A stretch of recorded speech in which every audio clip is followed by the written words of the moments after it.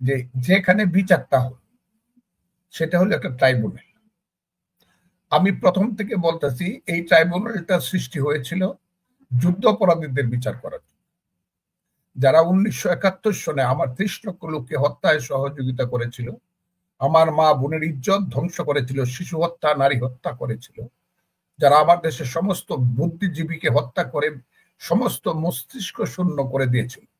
ওইটা এর চেয়ে জঘন্যতম ব্যাপার পৃথিবীতে কোনোদিন রাজনৈতিক কারণে ঘটছে এইরকম খুব বেশি ইতিহাস পাওয়া যায় নাই, যেটা জামাত ইসলাম বা আল বদর রাজাকার আল শামসরা ঘটাইছিল।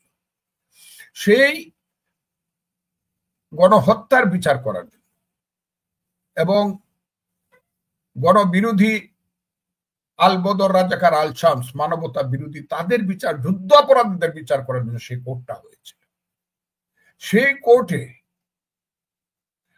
আজকের 5ই আগস্টের আন্দোলনের অপরাধীদের বিচার করা বা অপরাধী বিচারে প্রতিষ্ঠিত হইলে সেই সব অপরাধীরা তো বিচারের আগে অপরাধী নয়, আরেকটা স্পেশাল ট্রাইব্যুনাল হইতে পারতো, এই কোর্টটা না।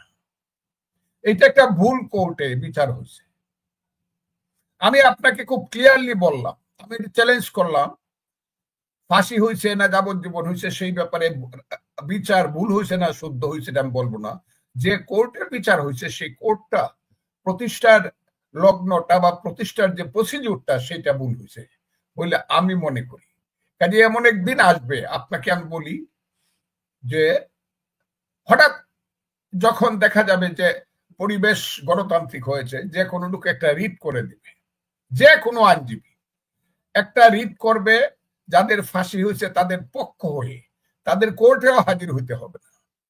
সেই রিটে তারা জানতে চাবে যে 2024 সনে 5ই আগস্টের যারা বিরুদ্ধ শক্তি, যারা পালায় গেছিল, শেখ হাসিনা সহ যারা, তাদের বিচার করার জন্য যে কোর্টটা প্রতিষ্ঠিত হয়েছিল সেই কোর্টটা সঠিক ছিল না বেঠিক ছিল।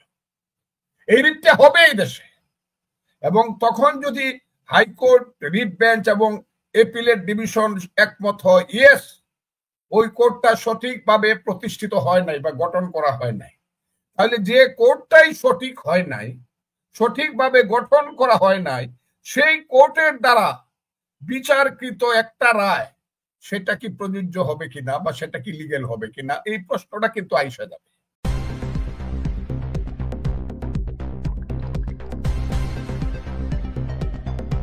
News Vision Digital Multimedia.